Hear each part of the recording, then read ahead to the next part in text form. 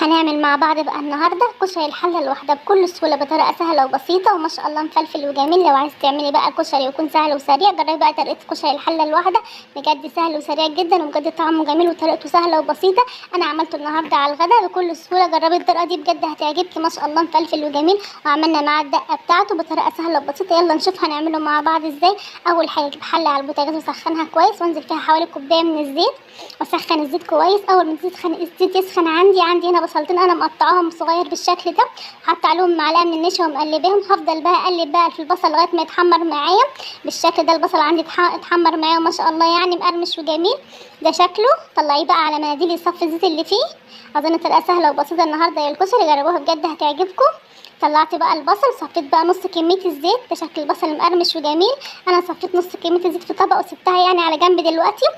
سبت بقى شويه من الزيت في الحله ونزلت عليهم بحوالي نص كوبايه من الشعريه، ونزلت بالشعريه بقى حمرتها.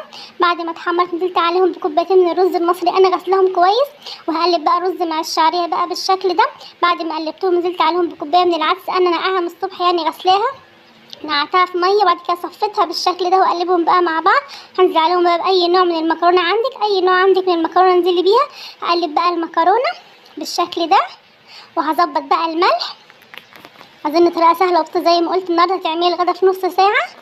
هظبط بقى الملح، هحط بقى معلقتين كبار من الملح وازود بقى الميه بالشكل ده وهقلبهم بقى مع بعض كويس. هو لسه محتاج ميه انا بقلب وبعد كده اشوف.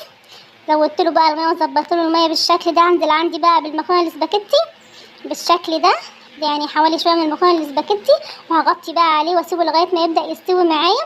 بدا يستوي معايا بالشكل ده بقى هقلبه بالشكل ده. المكرونه خلاص بقت تستوي معايا، هديله بقى تقليبه وهدي بقى عليه النار واسيبه لغايه ما يستوي معايا، ما بياخدش وقت معايا خالص ويكون مستوي. هغطي بقى واسيبه يكمل سوا. وبعد كده نحضر بقى مع بعض صلصه الكشري. جبت بقى شويه من الزيت بقى اللي احنا سيبناهم مع بعض حمرنا فيهم البصل، نزلت عليهم معلقه من الثوم المفروم حمرتهم، نزلت عليهم بعصير الطماطم بالشكل ده. ظبط لها بقى الملح والفلفل، واحط كمان معلقه كبيره من الشطه بالشكل ده واسيبها بقى تاخد غلوتين معايا تبدا تسبك معايا كده. خلصنا عندي بقى الصلصه.